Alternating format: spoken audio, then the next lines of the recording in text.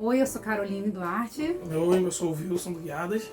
Nós somos do Guiadas Urbanas e também somos membros do EHGBI e vamos falar um pouco sobre afroturismo, né? Esse termo que parece ser tão novo, mas ele é um pouquinho antigo e tem sido falado bastante sobre ele por conta de várias questões, né, que a gente tem vivido com relação à sociedade, né? A gente está numa luta antirracista e também vale a pena mencionar aqui que se você for procurar lá no Google a palavra afroturismo, não aparece afroturismo, te pergunta, o Google te sugere, você quis dizer agroturismo? E aí, como é que o afroturismo chegou pra gente, né? Na verdade já tinha chegado há muito tempo. A gente que não se deu conta, a gente já fazia afroturismo, mas não identificava o termo, né? Pois é. E aí a gente, nessa caminhada, a gente conheceu o EHGBI em 2015 com ações locais. 2012. Não, 2015 conhecemos o EHGBI.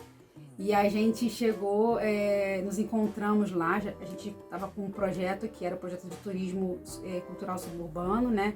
Porque a gente já fazia essa atuação, né? Nós entramos no turismo com essa preocupação em trazer um olhar para essas regiões.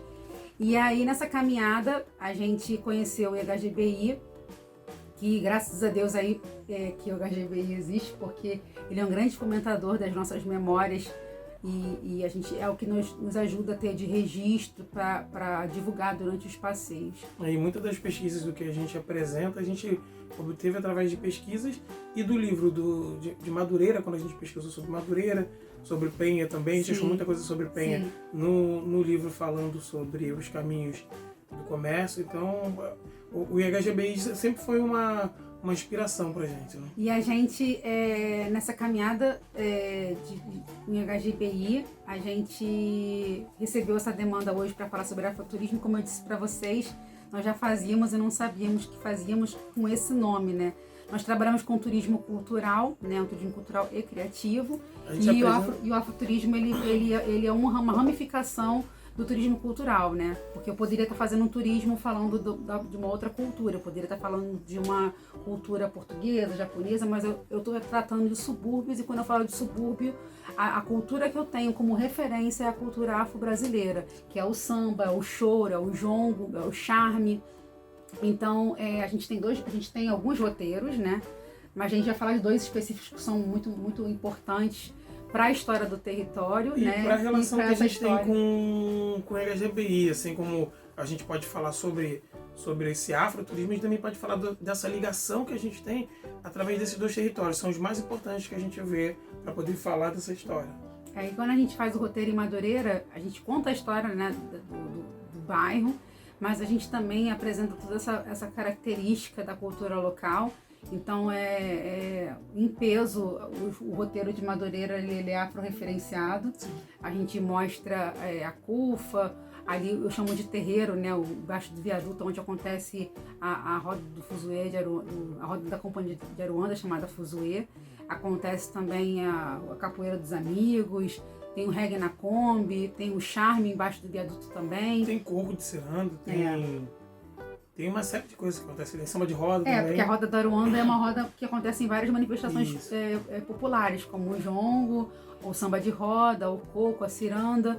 E a gente depois, caminhando mais um pouquinho, a gente apresenta também as escolas de samba, que é a história do samba, que não é só a história do samba, mas são as principais escolas que a gente tem na história do samba, onde nasceu o samba enredo, nas inovações com a Gogô de Quatro Bocas, por exemplo, no Império Serrano.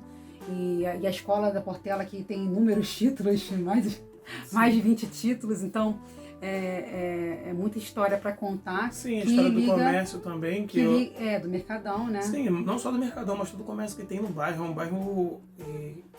A gente chegou a falar sobre isso em algum momento, que parece que a vocação do bairro é de ser esse comércio, de ter esse comércio. E a gente não está falando só desse comércio de hoje, a gente fala isso desde a época do Brasil colônia. A referência de Madureira é uma referência comercial. Sim. Que não começa em Madureira, diga-se de passagem, né? Começa lá no Campinho, vai para Cascadura, mas chega depois em Madureira.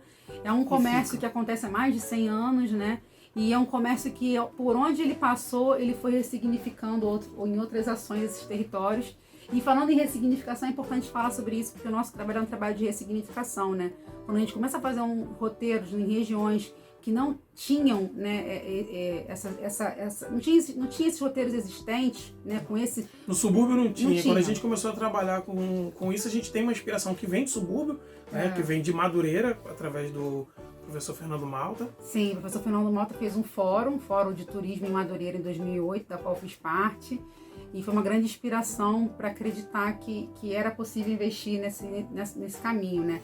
A chegada do Guiadas Urbanas vem fruto de uma pós-graduação que eu fiz, onde eu queria trazer a preservação do ambiente construído, que nada mais é que o patrimônio local.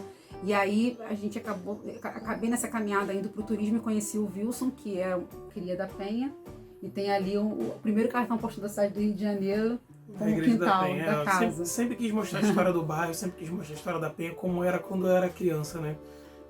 De receber aqueles ônibus chegando de vários lugares do Brasil, trocando ideia com outras crianças e imaginando como que a gente pode trabalhar para poder resgatar um pouco dessa atividade, dessa história, desse respeito que se tem pelo aquele território. Aí o Wilson chega com o subúrbio da Leopoldina e eu chego com o subúrbio da Central, ali daquela região de Madureira, Cascadura e tal. E a gente se conhece no curso e acaba surgindo guiadas nessa história toda. Para apresentar toda essa cultura que tem no subúrbio, que é o samba. E tá norteado também com toda a história do trem, que é um grande norteador das ocupações desse território. E quando a gente para perceber, né? Deixa eu dar uma pausa aqui. Então, quando a gente fala de roteiro e Madureira, não tem como não falar de cultura afro-brasileira. E quando a gente começa a falar também de Penha, também não tem como não falar. Ou seja, não tem como não falar de roteiro, desse tipo de roteiro, falando do subúrbio, né? Contar da história do Quilombo, né? Dali da Vila Cruzeiro. Não tem como não trazer a história do padre, que era abolicionista, o padre Ricardo. Não tem como não falar do samba, né? Que era divulgado nas festas da Penha. Não tem como não falar do choro, não tem como não falar do funk. Não tem como não falar de Chaciata. Não tem como não falar de João da Baiana, de Pixinguinha. É muita coisa, é muita história, né, ligada ao afroturismo, e né? E muita riqueza dentro desse subúrbio, né? Então, Guiadas agora também é turismo cultural suburbano e afro-referenciado. Na verdade, sempre foi, mas não falávamos porque a gente não conhecia esse termo, né? Então. Que agora é tão falado porque a gente precisa se firmar e firmar as nossas histórias, porque o que a gente mais vê acontecer é a apropriação da nossa cultura. Então, estamos aqui para poder... marcar, falar sobre as referências que a gente tem, que construiu pra gente esse caminho que a gente está percorrendo hoje. Quer dizer, teve muita gente que passou por aqui antes de nós e o que a gente está fazendo é só manutenção. Isso aí, viva a cultura preta, viva os pretos e as pretas do nosso país. Viva o subúrbio. Viva a Alamete da C. Tchau!